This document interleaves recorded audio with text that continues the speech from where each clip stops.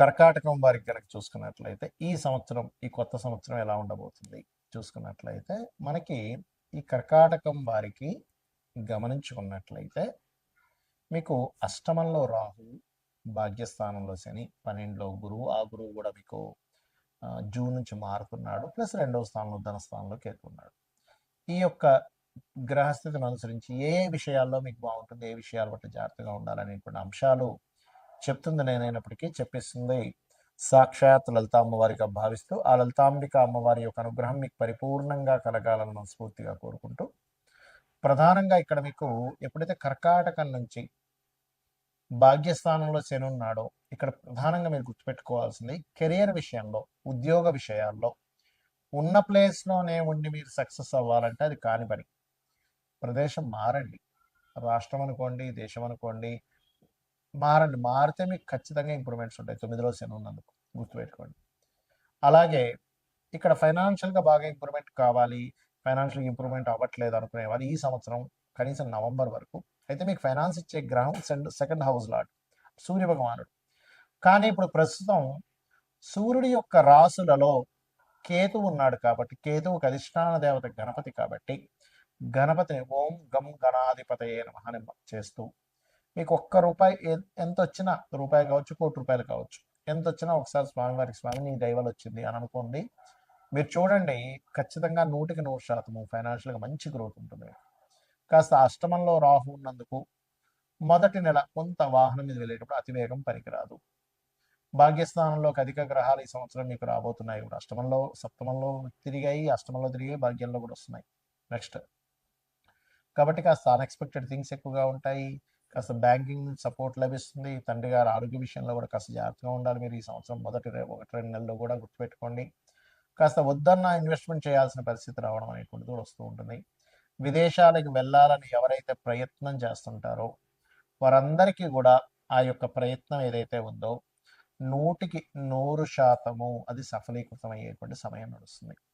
కాకపోతే ఎవరైనా విదేశాలకు వెళ్ళాలని బాగా ప్రయత్నం చేసేటువంటి వారు రోజుకి 2 సార్లు గుర్తుపెట్టుకోండి, ఉదయము సాయంత్రము హనుమాన్ చాలీసా గనక భక్తి శ్రద్ధలతో ఎవరైతే పఠిస్తారో, వాయుపుత్రుడు కదా ఆంజనేయ స్వామి, కాబట్టి మనం చేసేది ఏంటి వాయు గమనం. కాబట్టి వాయు గమనం మనకి కలుగుతుంది, అందులో ఎటువంటి సందేహం లేదు. మీరు ఎక్కువగా సుబ్రహ్మణ్యేశ్వర స్వామి ఆరాధన చేయండి. ఓం స్కందాయ నమః. మొత్తం కూర్చొని పూజ చేయలేము, నాకేంటి సార్ పరిస్థితి అనుకునే వరకు ఒకటే చెప్తా వినండి, మనసులో చేసుకోండి చాలు.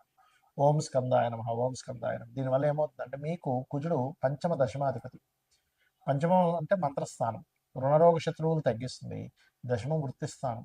దీనివల్ల నాకు ఖచ్చితంగా వృత్తిపరంగా బాగుంటుంది. ఇంకా వృత్తిపరంగా ఇంకా బాగుండాలంటే లక్ష్మీ నరసింహస్వామిని అనుకోండి.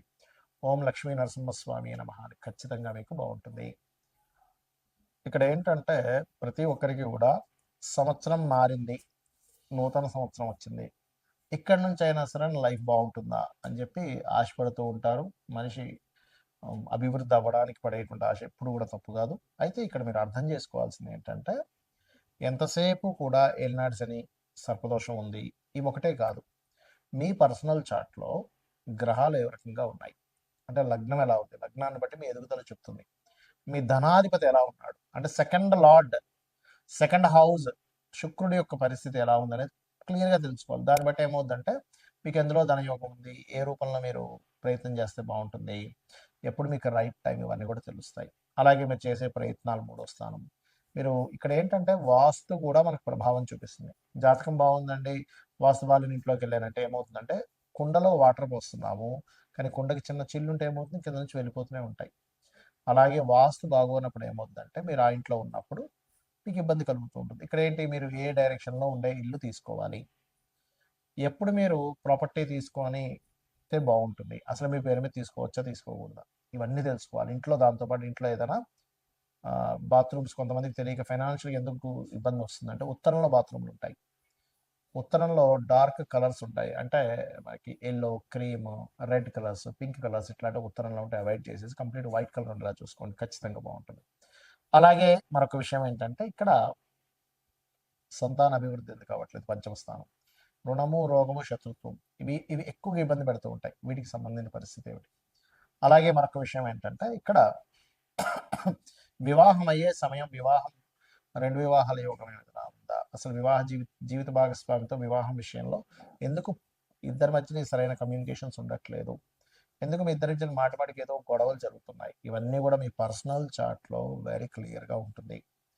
కాబట్టి ఈ యొక్క అంశాలలో మీరు కనుక ప్రయత్నం చేసినట్లయితే దాన్ని తెలుసుకొని ఖచ్చితంగా సక్సెస్ ఉంటుంది. అదేవిధంగా వివాహం తర్వాత ఉదాహరణకి వివాహం ఈ సంవత్సరం లేదు అనుకున్నప్పుడు ఆ టైం వేస్ట్ అవుతుంది.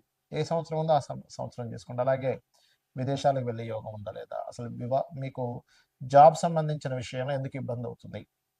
కెరీర్లో ఎందుకు సెటిల్ లేకపోతున్నారంటే ఒక్కోసారి కొంతమందికి బిజినెస్ యోగం ఉంటుంది, అప్పుడు సెటిల్ అవ్వలేరు. అలా ఉంటుందన్నమాట. అయితే ఇక్కడ మరొక విషయం ఏంటంటే ఈ సంవత్సరం ప్రధానంగా మీరు ఈ ఆదాయము, వ్యయము, రాజపూజ్యం, అవమానాలు వీటికంటే కూడా ఒకటే గుర్తుపెట్టుకోండి. మీకు ఆదాయం బాగా రావాలి. ఓం సంపత్కరీ సమారూఢ సింధుర వ్రజ సేవితాయ నమః అని మంత్రం చేసుకోండి. అప్పులు ఎక్కువగా ఉన్నాయి, ఓం అపర్ణాయ నమః అని మంత్రం చేసుకోండి. బిజినెస్లో ఇంప్రూవ్మెంట్స్ రావాలి, ఓం ఇంద్రగోప పరిక్షిప్త స్మరతోనా భజంగికాయ నమః. అయితే ప్రతిదీ కూడా 45 మినిట్స్ చేయండి.